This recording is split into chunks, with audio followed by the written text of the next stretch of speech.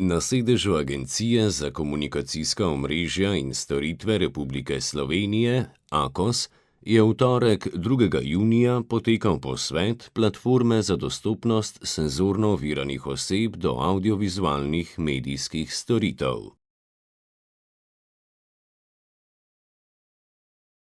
Udeleženci so razpravljali o spremembah pravilnika o standardih dostopnosti, prihodnjem razvoju dostopnostnih tehnologij ter izboljšanju obveščanja v izrednih razmerah.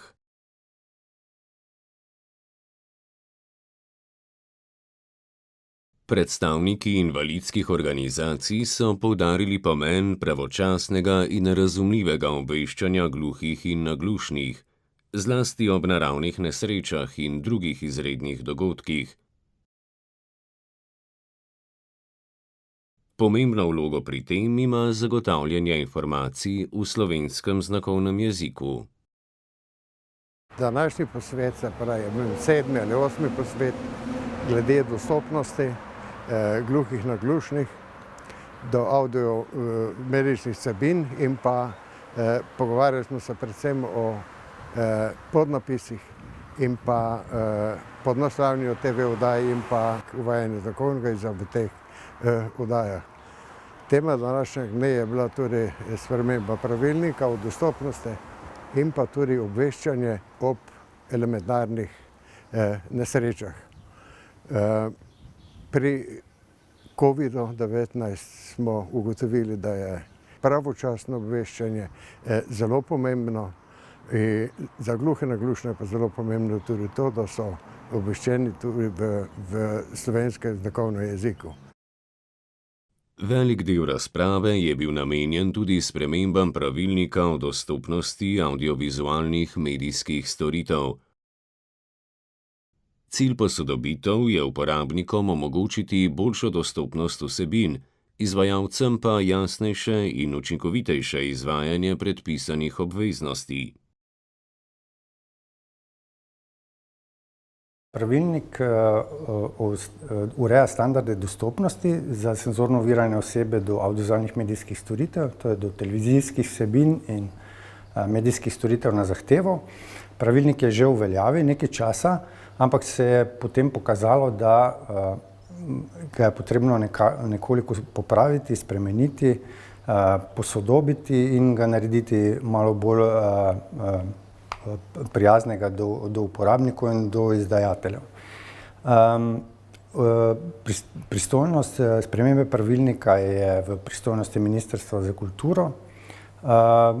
Trenutno je še v pripravi, tako da po enem posvetu bo predvidoma že osnutek v javnem posvetovanju. Sodelujoči so predstavili tudi primere dobrih praks iz Slovenije in tujine. Platforma združuje izdajatelje programov, operaterje, strokovnjake za dostopnost ter predstavnike invalidskih organizacij, ki skupaj iščejo rešitve za tehnične in organizacijske izzive.